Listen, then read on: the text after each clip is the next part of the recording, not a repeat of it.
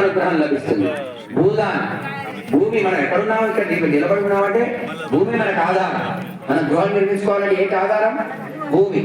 మన వ్యాపారం సంస్థ నిర్మించుకోవాలన్నా ప్రత్యేక మనం నడవాలంటే మన గాల్లో నడవలేం కదా, భూమిపైనే మనం నడుస్తాం. కాబట్టి భూమి మన ఆధారం. ఒక భూదానం చేస్తే మనకి భూ సంబంధితమైనటువంటి అనుగ్రహం, భూదేవి అనుగ్రహం లభిస్తుంది.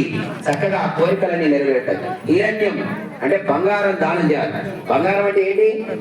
అన్యమైన వాళ్ళు అదొక ఆర్నమెంట్, ఆభరణం లాగా చూస్తారు. మనం ఏంటి, హిందువులైతే లక్ష్మీ స్వరూపంగా భావిస్తాం. మా ఇంట్లో లక్ష్మీదేవి ఉంది, బంగారం ఉందంతే అని అంటారు.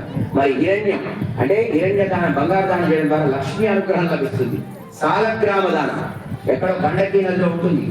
శివుడికి ఎంత ప్రీతికర రుద్రాక్ష ఎలానో విష్ణువుకి సాలగ్రామం అంటే స్వయంభూగా, అంటే ఒకళ్ళు ఆవాహన చేయాల్సిన అవసరం లేదు. సాక్షాత్తు స్వయంభూగా సాలగ్రామం ఎప్పుడు ఏం చేస్తుంటారు? శ్రీమన్నారాయణ. నేపాల్లో ఉన్నటువంటి ముక్తినాథ్లో గండకీ నదిలో ఆ సాలగ్రామాలు లభిస్తాయి.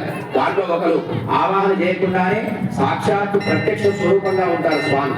అటువంటి సాలగ్రామ దానం చేయడం ద్వారా మన శ్రీమన్నారాయణ అనుగ్రహం లభిస్తుంది. ఇక్కడ ఏమేమి లభించాయి మీకు? గోదానం చేయడం ద్వారా ముక్కోటి దేవత అనుగ్రహం లభించింది. భూదానం చేయడం ద్వారా భూదేవి అనుగ్రహం లభించింది. హిరణ్య బంగారు దానం చేయడం ద్వారా లక్ష్మీదేవి అనుగ్రహం లభించింది. సాలగ్రామ దానం చేయడం ద్వారా ఆ యొక్క విష్ణుమూర్తి అనుగ్రహం లభించింది. మనకి ఇంతకన్నా కావాల్సింది శ్రీమన్నారాయణుడు, వాళ్ళ 2 భార్యలు, ముక్కోటి దేవతలు అందరి అనుగ్రహం లభిస్తుంది.